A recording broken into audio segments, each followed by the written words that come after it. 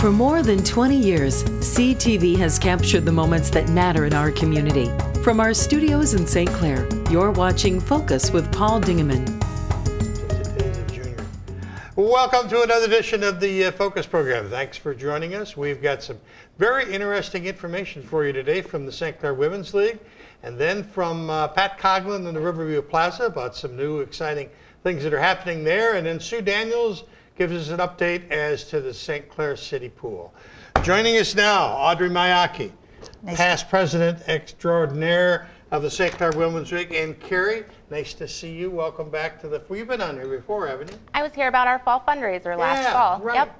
You guys are here, and I'm so happy you're here because it means it's spring. That's right. It means that finally we're done with winter because you guys show up. That's right. St. Clair Women's League Geranium Sale. Exactly. And we're having our sale again. It's going to be May 11th, which happens to be Mother's Day weekend. Okay. And then May 18th. Okay. And we're taking orders now, so that's why we'd like to get the word out so people can call us, and we have a whole group of people getting orders. But Peter will throw up some of those pictures as we talk here. Okay. The colors are just spectacular. They are. Of the picture of the flowers that you have, and you've been doing this for a great number of years. So here we go. This is it happens in the north part of the Riverview Plaza hallway. Our truck comes at 6:30 in the morning. We unload and then we separate and put all the orders together, and then people come and pick up their orders between 9 and 11. And for those people who can't come, we do deliver. Oh my God! Okay. So that's an extra little. That's fine. An extra little thing that we do. So. But the colors are just so vibrant. They are beautiful. It's such a nice fundraiser because we make a little bit of money, and the people get a nice thing for their money. So we really like it. Besides geraniums, you have begonias. What else do you have? Oh, go ahead. We have Boston ferns, which do really well at coming back year after year. People love those. We have succulents. We have porch pots of the begonias, the geraniums. What else? We have sweet potato vines. We have so many different things. It's amazing. We have flats of the begonias. So lots of different choices. Yep. Okay, and the prices are very reasonable. Yeah, they're very competitive with everything else.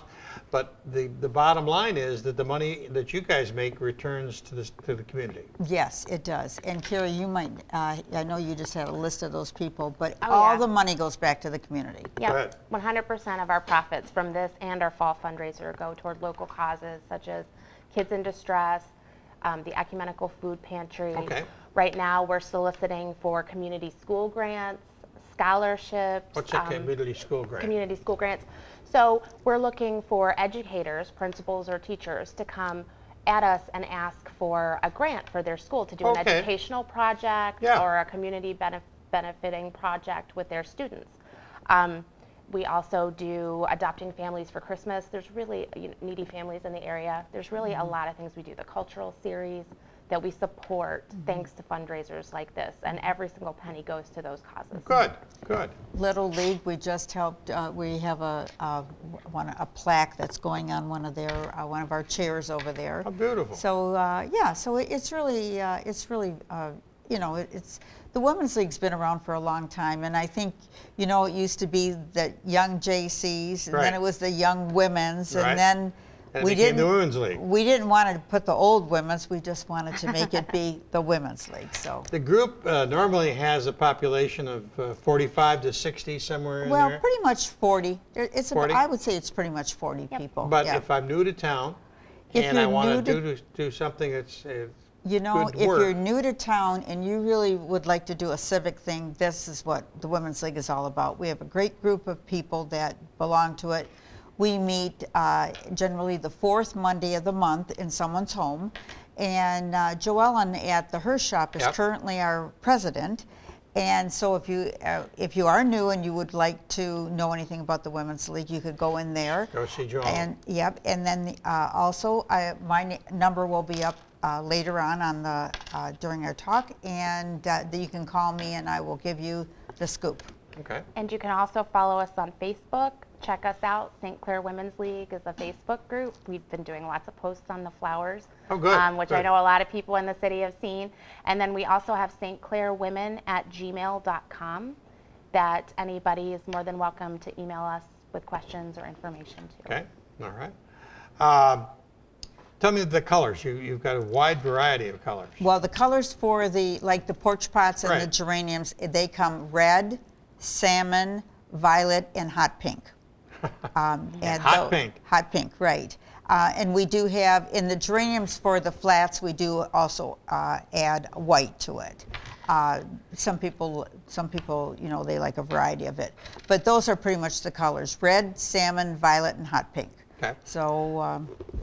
And you have it for 2 weekends. Yep. To make it easier for people to pick them up, or? Well, we do it for that reason. Plus, we sell so many flowers, we really could not handle it all in one weekend. Okay. So we do both. Okay. So, yep. And it doesn't make any difference which weekend I pick them up? Nope. Whatever weekend is good for you. May 11th, which is Mother's Day weekend that we said, and May 18th. Okay. Yeah. And your phone number again is 329? 3045. 3045, and you'll send them a form to fill out or whatever. Yep, we can send it by email, and I can just give me a call, and I'd be happy to take care of it. Okay, Carrie, did she miss anything? Orders are due April 8th. Oh, yeah. Okay, all right, there you go. That's a big one. Yeah. So I think that's it, though. Yeah. Otherwise, Audrey has it covered. Yeah. Okay. Well, they're due April 8th, but we're never going to not do an order. I'm in sales, so we'll try to squeeze anybody in. We'll try to squeeze in. But with Easter so late, our greenhouse that we get them from, they're the ones who made it that they had to have it. Yeah. So it's not anything we've done. Okay. So yeah, we have one more thing. One last little plug.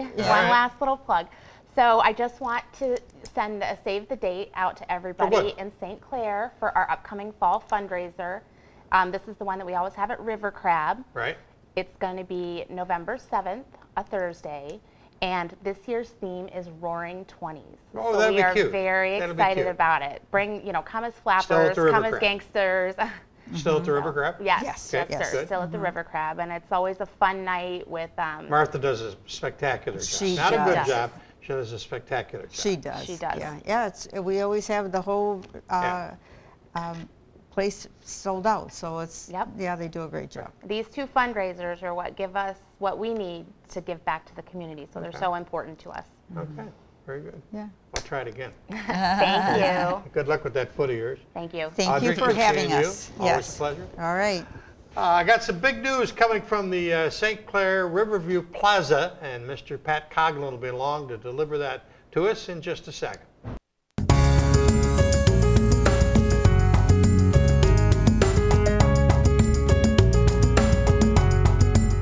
On the east side of North Riverside, there's lots of activity that you see every day as you drive by.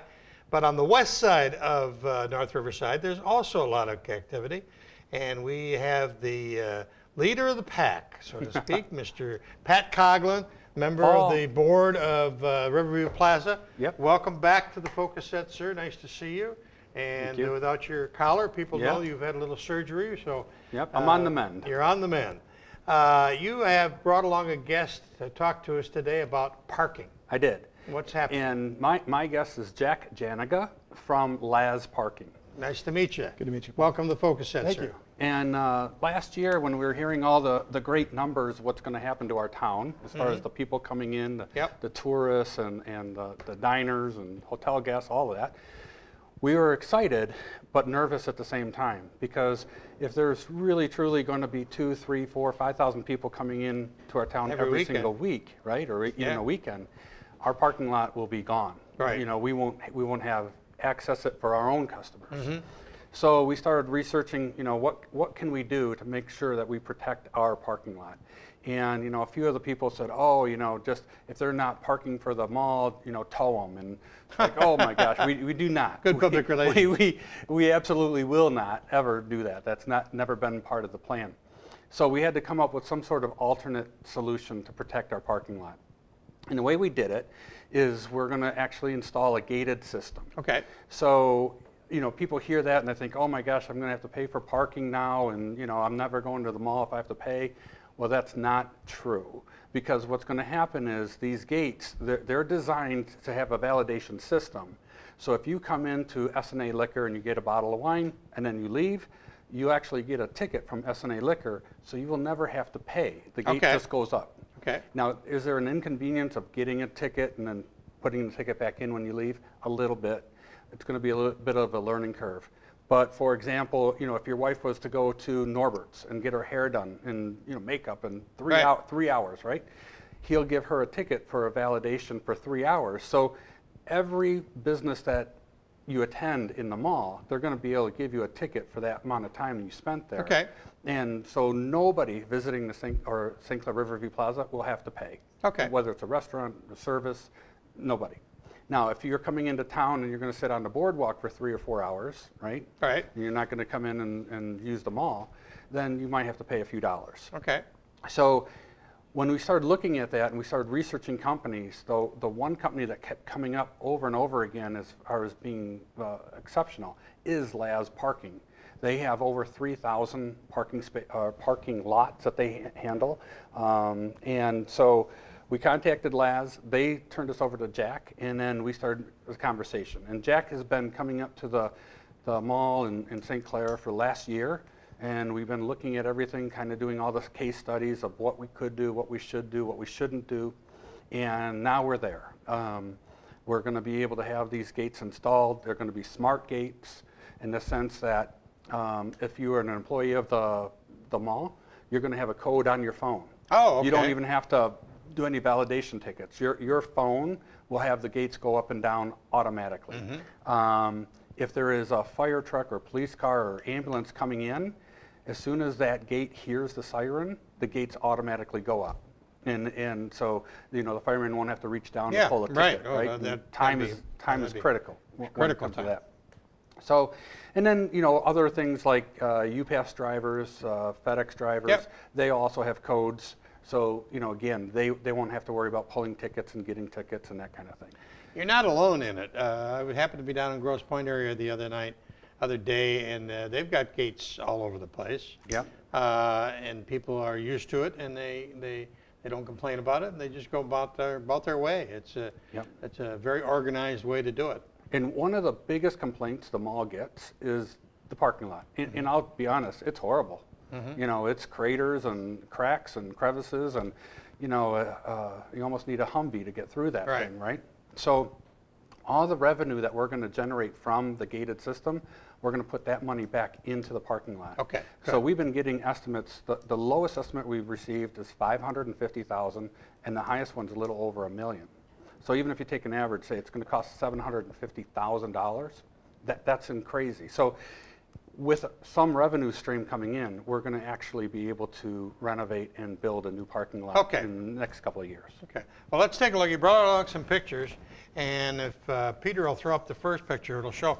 Talk about the access and the egress and. So one of the things that's coming, obviously, is the Riverside is going to go from 4 lanes down to 2. Right. And the fewer entrances and exits off of Riverside is actually better for MDOT. Yes. You know, for that access. So we're going to eliminate those 2 front North Riverside entrances. Okay. That actually also helps us because we can get a few more cars. A few more parking spots up along there. And it should help MDOT with moving traffic back and forth. Okay, then the two green ones. The 2 green ones, that's where the pay stations, those are the main entrances, if you will. So there's already a big boulevard there on J Street and on Vine Street. So we're going to be able to put in a gated system there. So when you're coming into the mall, instead of coming off of Riverside, you're going to come in off of J or Vine. Oh, there it is, right there. And that's what you're going to see. You know, this is a pretty typical system. Yep. And it's all digital, so we can change the rates by the day, we can change the rates by the hour, we can change the rates by the event. And then it's going to be a machine that takes in, you know, cash, credit cards. You can pay by your phone.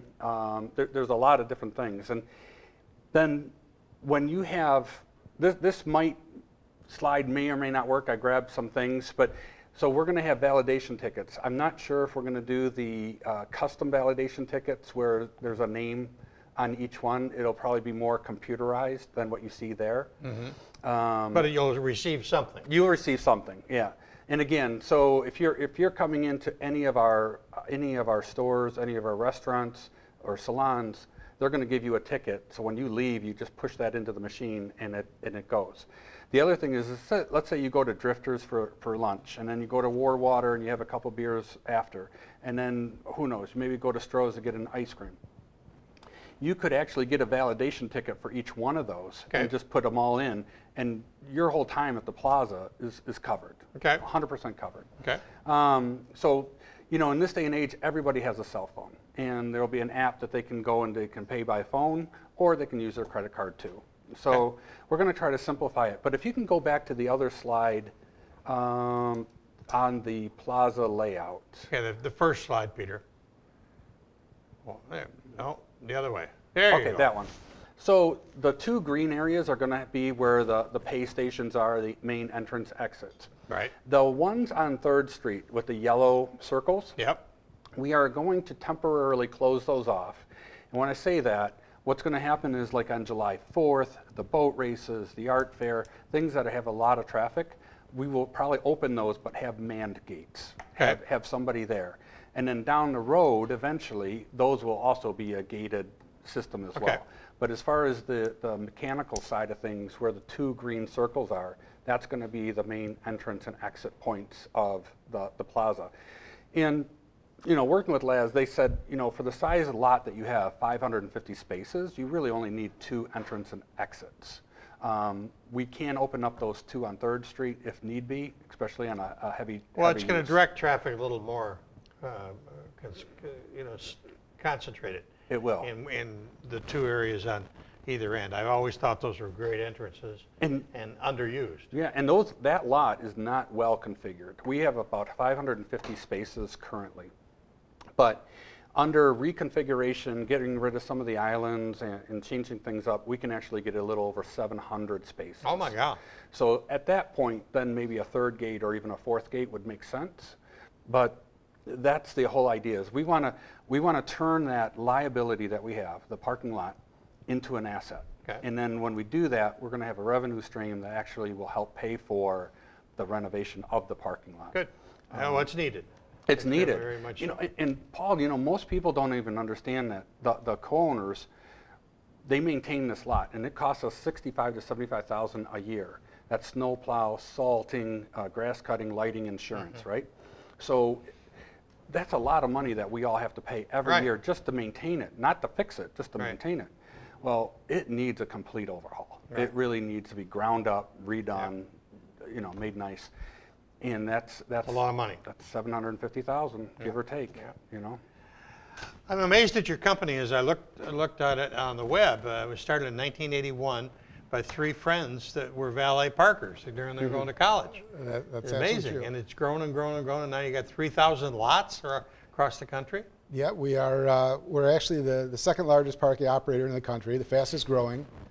Manage over 1 million spaces across the country. As you said, over 3,000 locations, and we are now over 13,000 employees, which is really important to us because our culture is one that puts people first.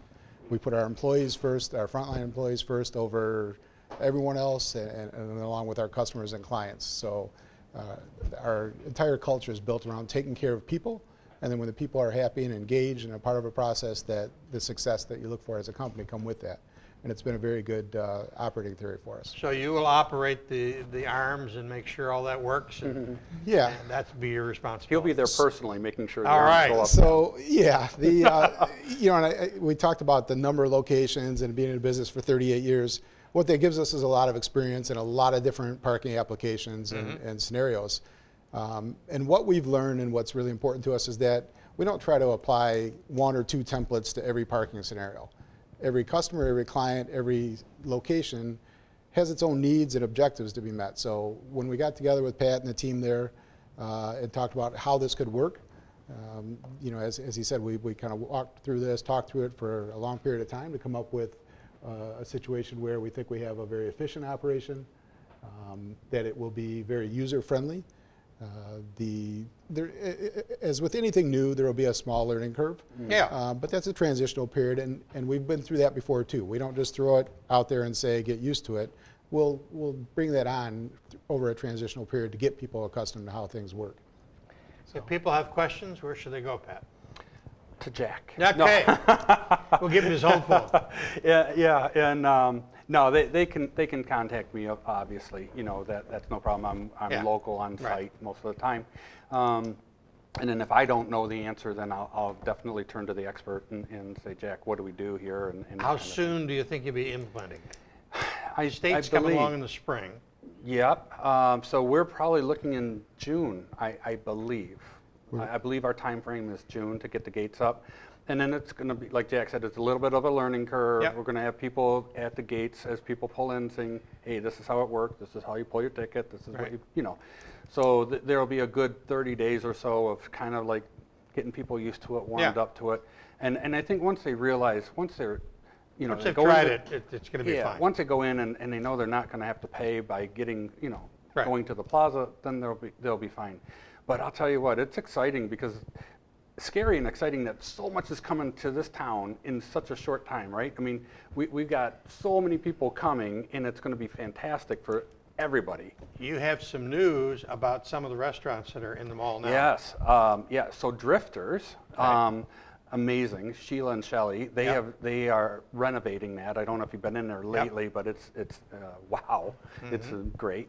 But what they're doing now is they're going to be taking out some of those windows that face the courtyard and putting in large garage doors, the glass garage doors that open it up. Yep. And then they're going to have outdoor dining as well. Oh, good. They're getting their liquor license so they can serve outside and all that. So that's fantastic. Great use of the courtyard as well. And then we have Anchor Point Bistro. Right. That they're coming in where people. nice people. They're coming in where the Boomerangs used to be on that corner. Mm-hmm. They're going to have roughly 70 seats inside and then 70 seats on the outside. Today they tore out some of the big windows, and then they're going to put in these panoramic glass doors that are like accordion doors that open up. So, you know, when you walk around that corner, it'll look like a wide open bistro. And they're going to have fantastic food as well, full liquor license. And then Boomerangs, they're back in. They've done a lot of remodeling, and they're upgrading, if you will, to more products. And then the wine was expanding? Oh, yeah. Menina's Wine House, right? So they were in a unit called B6, which was 1,200 square feet, and immediately they became successful overnight, you know. So they took over B7, which is another 1,200 square feet. So they're going to open that up, and so they're going to have 2,400 square feet of space, plus they're going to have outdoor dining and outdoor seating for their wine. So everything, we're trying to move everything towards entertainment, dining, shops, you know, to give the visitors something really unique when they're in town. So. Good. Yeah. Well, it's been a labor of love for you, and you've done a great job. Long time coming. Long time coming, and you and I have had many interviews over the years, but this sounds like really positive stuff. It will be. Okay. It will be. You brought along a good guy here. Thanks, Paul. And Thanks, you Paul. take care of your neck there. Thank you, sir. And, yep. If you have any questions about the parking, just call Jack right over here, and he'll get the answer for you. We'll be back with Sue Daniels and an update on the City of St. Clair outdoor pool. What's going to happen to that this summer in just a second.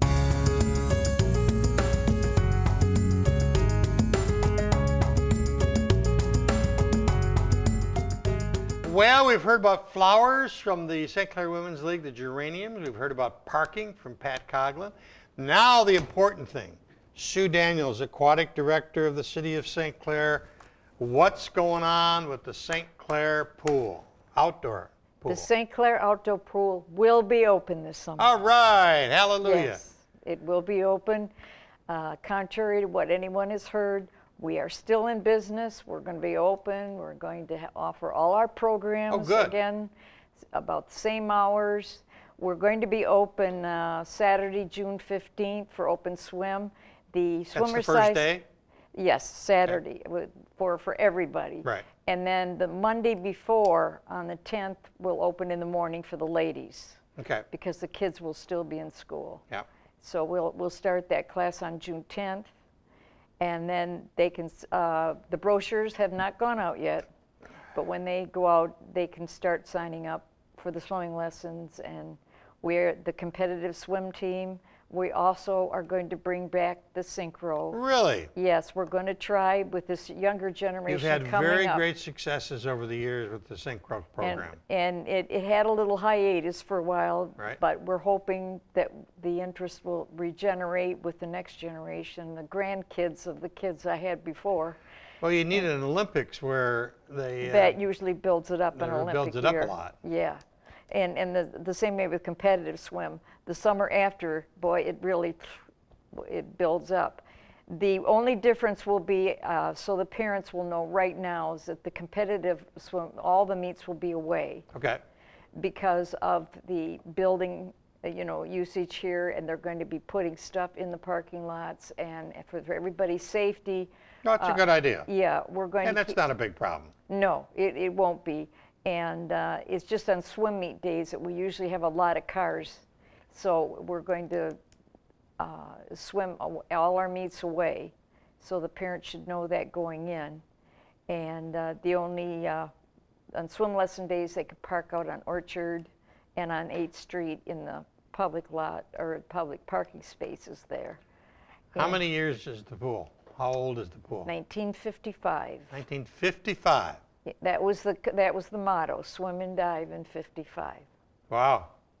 So it served the public very, very well. She sure has, and when that cover came off the other day and the bottom was still there, I was happy, because we never know. It's always a surprise. It's a surprise every year, yeah. Okay, June 15th, what else have we got there? Okay, just that once the brochure comes out and they can see what's being offered, which is about the same, the swimming lessons for all levels, including the young children, and the competitive swim team, the synchro team, and open swim. And we will be beginning on June 15th, and we will probably be going through August 18th. Okay. That's usually when I lose my guards back to college. Right, right. Okay. And so we just wanted to get it out to the public, and then to look for the brochure. It will be coming out. Well, the lessons have been a great success for hundreds of years. Not hundreds of years, but a long, long time. And people really depend on those lessons. So the lessons, ever since this pool has been built, we have not lost a child in the river. And that's to me is the biggest thing. Yeah. Because the kids do come to us, they learn how to swim and handle themselves. So if they do go swimming in the river, they at least know how to handle themselves in that current.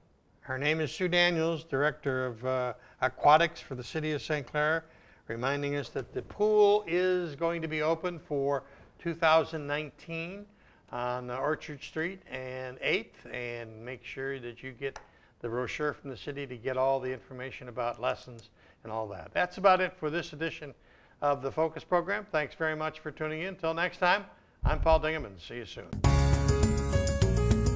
Thanks for watching Focus with Paul Dingeman. Focus is produced at the CTV Community Television Studios in St. Clair.